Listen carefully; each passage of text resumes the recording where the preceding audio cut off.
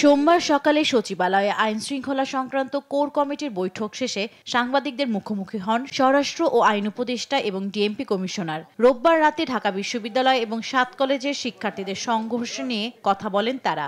অনেক সময় আছে হয়তো একটা কাজ করতে গেলে ছোটখাটো দুই একটা ভুল হতে পারে। স্বরাষ্ট্র উপদেষ্টা জানান, ঘটনার দায় স্বরাষ্ট্রের নয়, শিক্ষা মন্ত্রণালয়ে। আইন শৃঙ্খলা পরিস্থিতি সামনে আসায় স্বরাষ্ট্র মন্ত্রণালয়কে যুক্ত হতে হয়েছে। চলমান পরিস্থিতি ধৈর্যের সঙ্গে মোকাবেলা করতে আইন শৃঙ্খলা বাহিনীকে নির্দেশও দেওয়ার কথা জানান তিনি। এটা শিক্ষা মন্ত্রণালয়ের সাবজেক্ট, বাট যেহেতু ল অ্যান্ড অর্ডার সিচুয়েশন চলে আসলে আমরা কিন্তু স্বরাষ্ট্র মন্ত্রণালয় ইনভলভ হয়ে যাই। সবাইকে ধৈর্যের সাথে আমাদের এগুলি মোকাবেলা করতে হবে।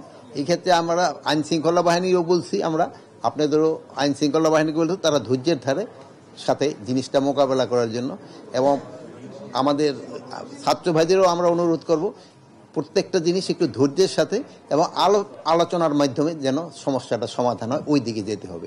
আর অনাকাঙ্ক্ষিত পরিস্থিতি সামলাতে যা করা প্রয়োজন সরকার তা করবে বলে জানান আইন উপদেষ্টা।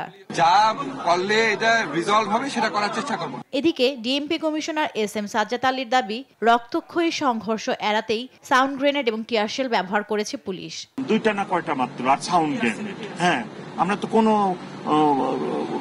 কোনো ধরনের লেথাল কোনো কিছু ব্যবহার করি নাই, ইভেন পানিটাও ব্যবহার করি নাই এক দুইবার।